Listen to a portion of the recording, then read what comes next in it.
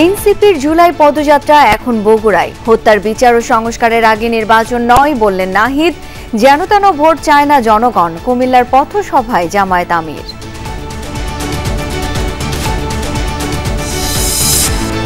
ট্রাইব্যুনালে দণ্ডিতরা অংশ নিতে পারবে না নির্বাচনে, জানালেন অ্যাটর্নি জেনারেল।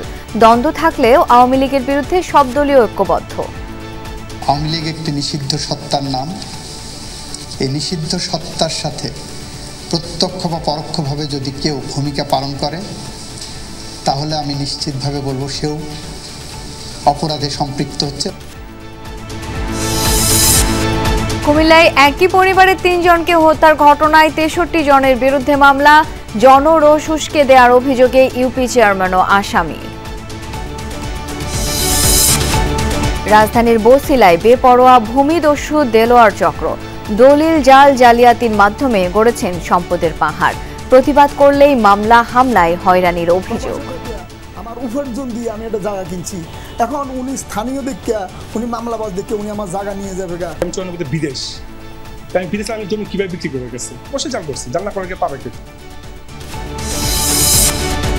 মরণোত্তর অঙ্গদান ও প্রতিস্থাপন সহজ করতে সংশোধন হচ্ছে আইন। ব্লাড গ্রুপ মিললেই অস্ত্রোপচারের অনুমতি করা হবে জাতীয় তথ্য ভাণ্ডার।